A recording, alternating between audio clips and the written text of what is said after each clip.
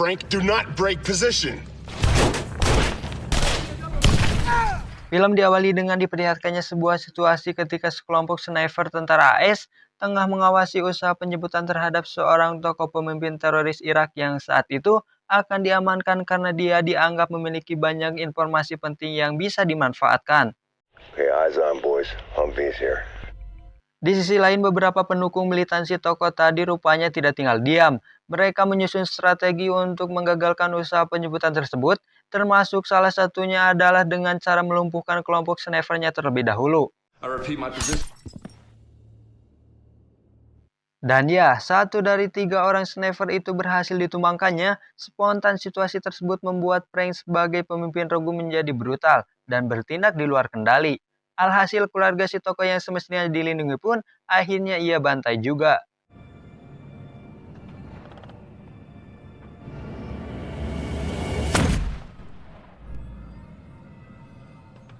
Singkat cerita, 10 tahun pun berlalu di mana Frank kini telah jauh meninggalkan kehidupan militernya. Meskipun tak bisa ia pungkiri bahwa peristiwa 10 tahun lalu masih membebani pikirannya. Sampai-sampai ia belum sanggup untuk menceritakan kisahnya kepada siapapun. Mengisi waktu luang semasa pensiun, hari-hari Frank disibukkan dengan berbagai kegiatan di bengkel mobil miliknya. Seperti pada hari itu, dia bersama satu karyawannya baru saja selesai memperbaiki satu mobil, dan sudah siap untuk diantarkan kepada pemiliknya. Thanks, Frank.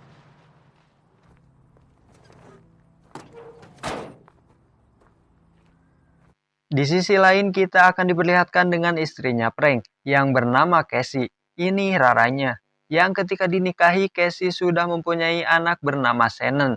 Kendati begitu, Frank tetap memperlakukan Shannon layaknya putri kandungnya sendiri. And leave us stuck here on a Saturday? Mengetahui Frank akan mengantarkan mobil pelanggannya, Casey dan Shannon pun memaksa untuk ikut. Kebetulan hari ini adalah hari libur, jadi sebagai seorang wanita tentunya Casey pengen atau sekali-kali mah diajak liburan, walaupun hanya sekedar mengantarkan mobil pelanggannya saja. Pada akhirnya Frank membawa mereka walau ada sedikit hariwang juga, sebab yang mereka tuju adalah seorang bos mafia yang ternyata Frank sendiri dulu pernah bekerja di sana.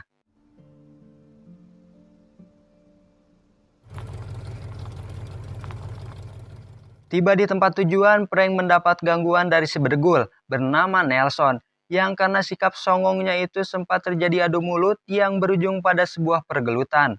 Beruntungnya satu orang kepercayaan si bos bernama Lazarus ini datang melerai mereka, dan langsung membawa Frank menghadap bos yang bernama Ocha. Ini bebenguknya. Let's go. Let's take a walk. Let's go take care of some business.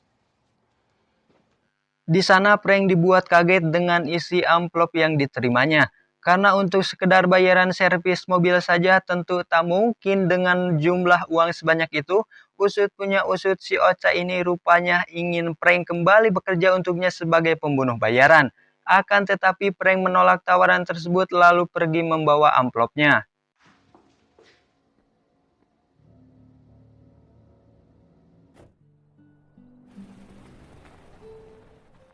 Singkat cerita, malam pun tiba. Dalam hati kecil Frank memang sempat terbesit niat untuk kembali terjun pada dunia mafia bersama Ocha, dan sejauh ini dia masih berusaha untuk tidak tergoda kembali lagi ke pekerjaan seperti itu, karena ditakutkan akan membahayakan keluarganya sendiri.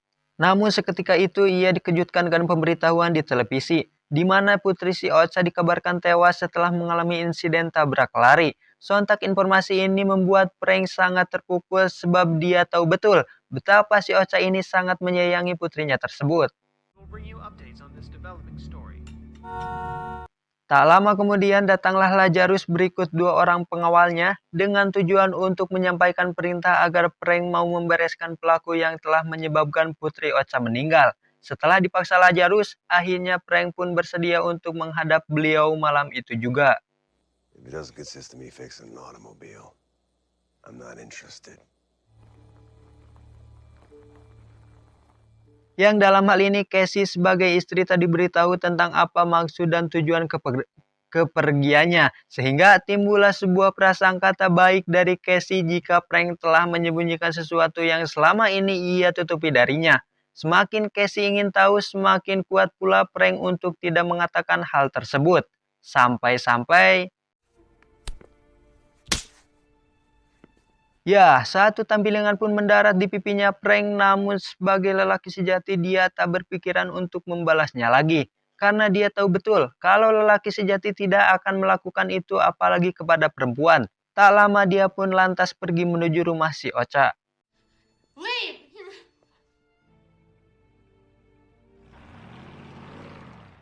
Sebagai manusia biasa, Ocha rupanya masih belum bisa menerima atas tragedi maut yang menimpa putrinya. Terlebih karena si pelaku yang malah melarikan diri.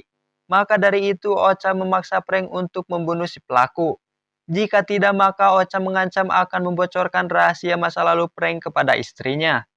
Saying you gotta let it go. This calls for the silencer. Alhasil dengan ancaman tersebut, Frank terpaksa menyanggupi permintaan Ocha. Di sisi lain, Lazarus yang sudah mengantongi data lengkap si pelaku langsung menyerahkannya. Sekaligus meminta Frank segera bergegas menjalankan tugas tersebut.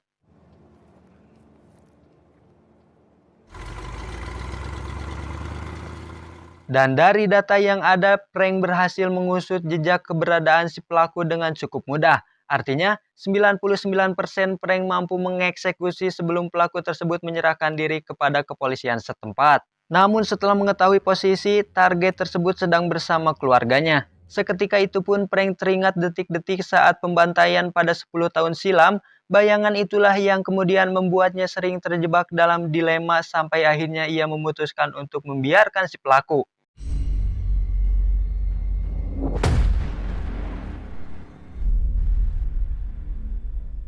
Hingga tak lama pihak kepolisian pun datang untuk menangkapnya. Sayangnya apa yang barusan Frank lakukan terhadap si pelaku terpantau oleh salah satu anak buah si Lazarus. Dan beritanya pun sampai kepada bos Ocha. Yang karena hal tersebut Lazarus dipaksa Ocha turun tangan langsung untuk memburu keduanya. Kill him.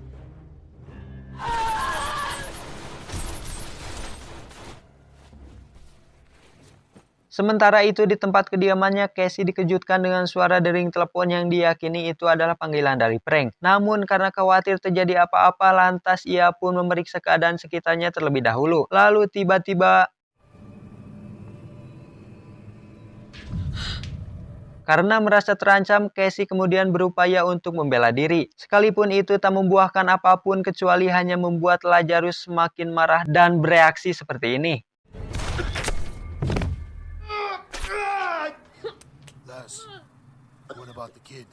Selang beberapa saat, Frank pun pulang ke rumahnya dan mendapati Casey yang pingsan di depan pintu dengan keadaan yang sangat mengkhawatirkan.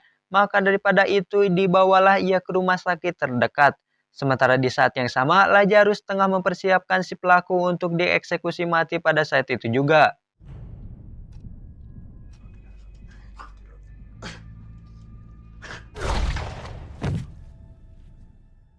Kembali pada Frank di mana ia kedatangan rekan seperjuangan lamanya bernama Timo. Menyusul kabar bahwa Shannon telah diculik oleh komplotan si Ocha, dengan sukarela Timo pun siap membantu Frank untuk mengatasi masalah tersebut.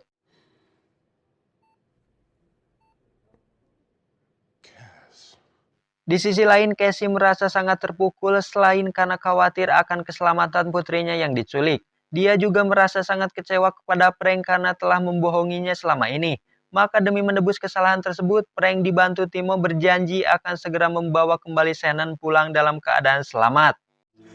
I will get her back.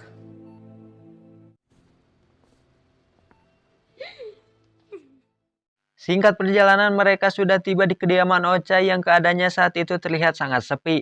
Beruntung masih terdapat satu pria yang bisa dijadikan sumber informasi kemana Ocha telah membawa Shannon pergi.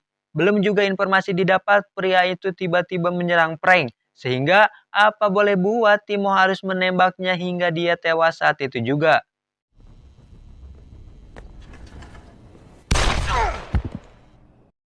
Belakangan diketahui ternyata Ocha sejauh ini masih belum bisa melupakan kematian putrinya, sehingga ia memutuskan untuk membawa atau menyulik Shannon ke kampung halamannya lalu disekap di sana.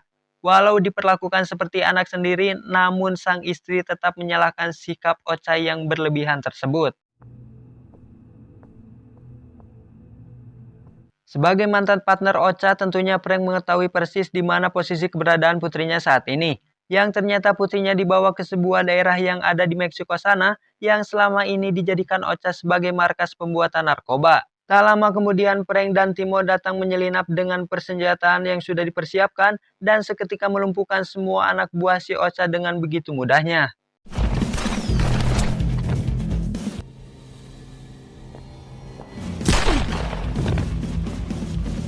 Mengetahui hal tersebut, Lazarus pun langsung memerintahkan si Bergul dan semua anak buahnya yang tersisa untuk melakukan pengepungan kepada Frank dan Timo, dan memerintahkan untuk membunuh mereka berdua. Namun tanpa sepengetahuan Lazarus, Frank dan juga Timo sudah berada di salah satu bar milik Ocha, dan menemukan si Bergul berada di sana sedang melakukan adegan taun bersama wanita-wanita penghibur yang ada di sana.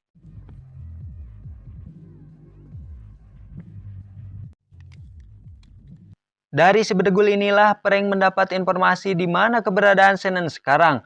Walaupun untuk mendapatkan informasi tersebut, Frank harus mengeluarkan keringat sedikit agar si Bedegul ini dapat membuka mulut tentang keberadaan Shannon. Walaupun pada akhirnya si Bedegul ini harus tewas juga.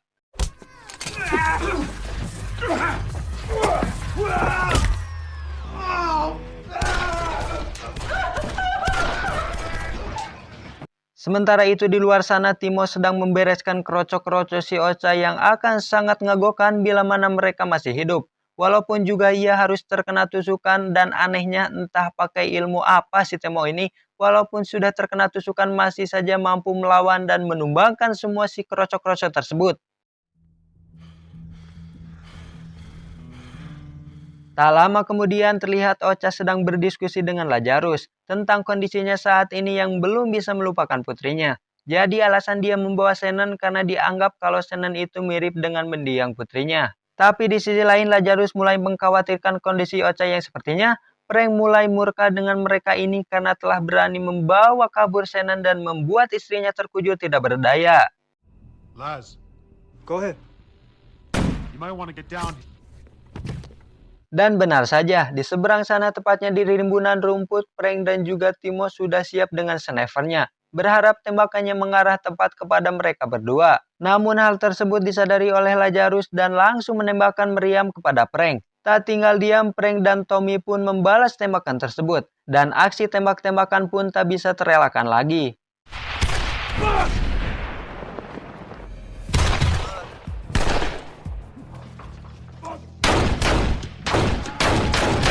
Sejalan dengan itu, Lazarus dikejutkan oleh Frank yang tiba-tiba saja muncul dari arah belakang. Pada awalnya, Frank melakukan negosiasi dengan cara yang baik-baik. Bila mana Lazarus mau menyerahkan Shannon kepadanya, mungkin dia akan dibebaskan dan bisa merayakan lebaran tahun ini bersama keluarganya. Tapi tawaran tersebut ditolak mentah-mentah oleh si Lazarus ini dan... I can't do that, Frank.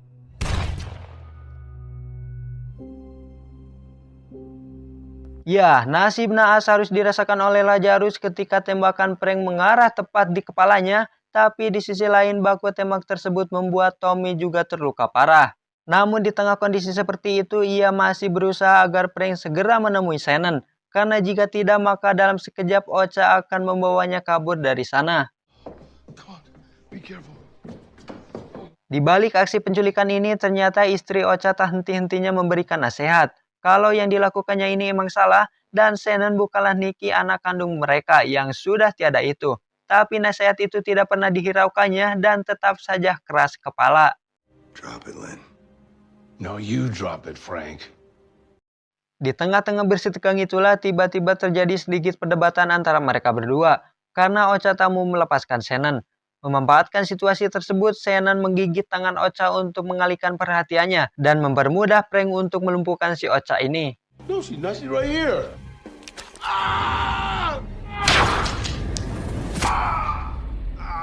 Dan ya, sebilah pisau pun menancap tepat di dadanya dan saat itu juga dia pun tewas dalam keadaan yang sangat mengenaskan.